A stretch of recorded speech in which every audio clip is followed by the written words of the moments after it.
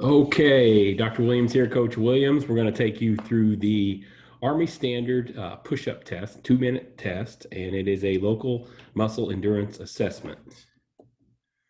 Before we begin, we want to talk about ways that we can assist in retesting. So we kind of begin with the end in mind, so to speak.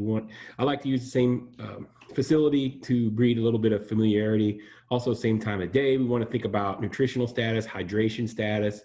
Also, if the activity takes more than one coach or two coaches, you want to make sure we have the same ones in the same place, ideally properly trained, so that we have less errors.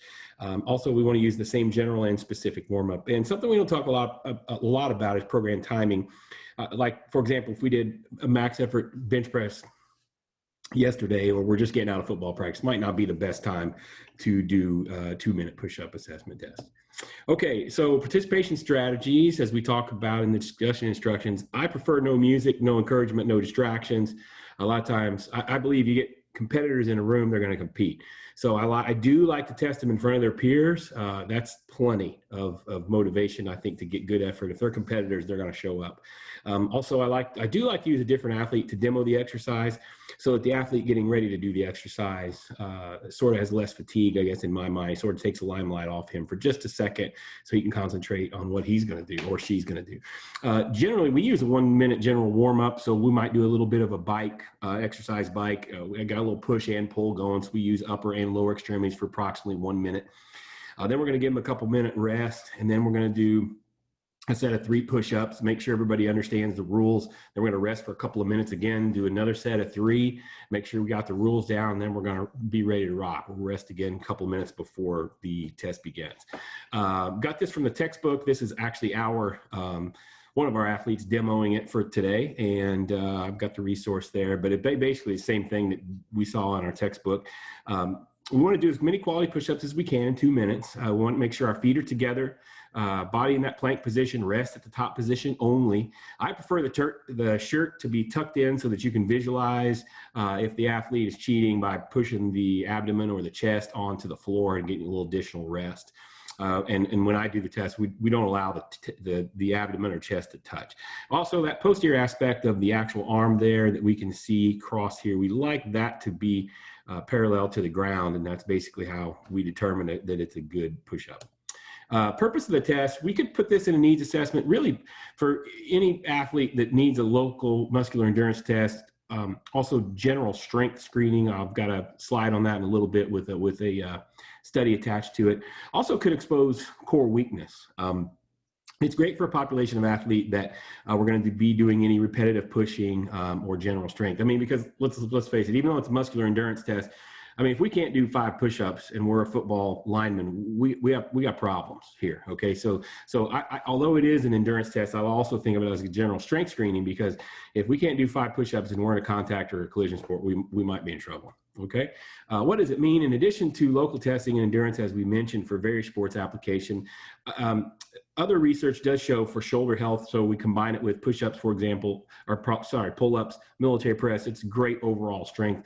A lot of journals will report overall joint strength, joint health is related to strength. Okay, also, as we see here from Yang, cardiovascular risk is lower for those that can perform more than 40 push-ups. So it does have some benefit as overall health screening as well. Valid for, again, as we mentioned, local muscular endurance, also has been shown to be reliable and valid, especially in comparison to squat assessments or squat tests. And here's the research that I pulled for that. So all in all, fairly repeatable, reliable, and valid. I'm going to pull up the demonstration video, and I'll be quiet and just let you can get the audio from the computer. It'll take me just a second to switch screens on this share situation here. So give me 1 second.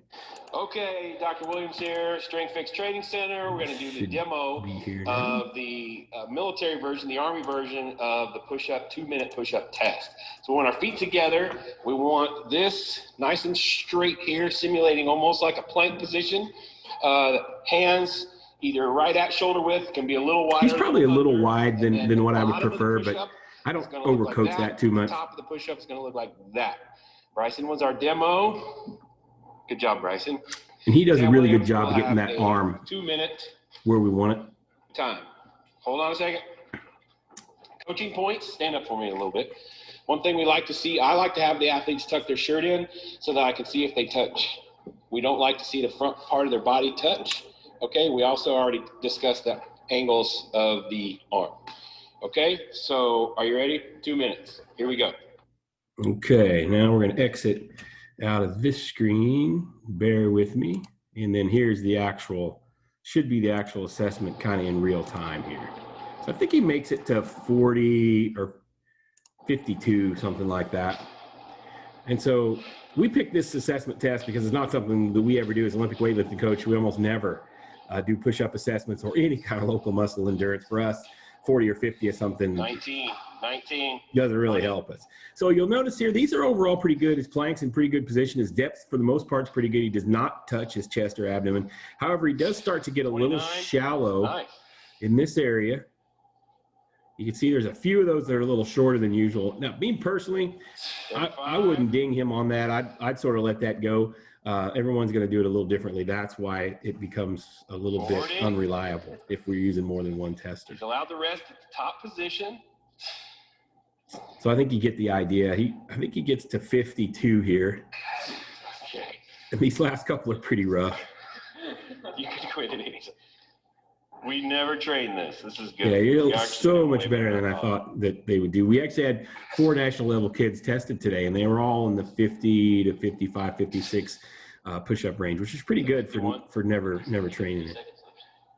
But as you heard the clock man say, basically, he's got 45, 50 seconds, and he's pretty much done, right? So, good job. So, all in all, you get the idea there. So, now I'll have to, pardon me, while I switch back to our test. Yeah, and then so we click through both of those. So the following slide here, alternatively, we would use a different test.